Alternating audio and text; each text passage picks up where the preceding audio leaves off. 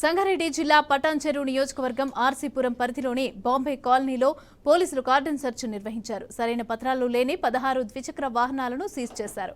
ఒక బెల్ట్ షాప్లో అమ్ముతున్న నిషేధిత గుట్కా ప్యాకెట్లను స్వాధీనం చేసుకున్నారు. ఇక స్లమ్ ఏరియాలో ఎలాంటి అవాంఛనీయ సంఘటనలు, అసాంఘిక కార్యకలాపాలు జరగకుండా చూడటమే ముఖ్య ఉద్దేశమని ఏసీపీ నరసింహారావు అన్నారు. ఇక ఈ కార్డన్ సెర్చ్ లో 7 సీఐలు, 80 మంది పోలీసులు పాల్గొన్నారు.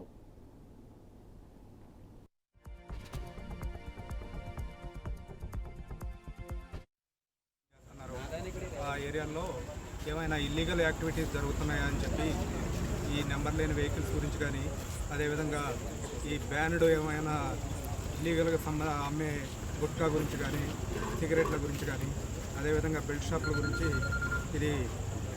ఈ యాక్టివిటీ చేయడం జరుగుతుంది. దీని సందర్భంగా దాదాపు ఒక 7 ఇన్స్పెక్టర్లు, అదేవిధంగా 80 మంది సిబ్బంది ఈరోజు ఈ కార్డన్ సెర్చ్లో పాల్గొనడం జరిగింది. ఇదే విధంగా ఇప్పటికీ మియాపూర్లో, అదేవిధంగా చందానగర్లో కూడా కండక్ట్ చేయడం జరిగింది. ఇది నిరంతరం జరిగింది.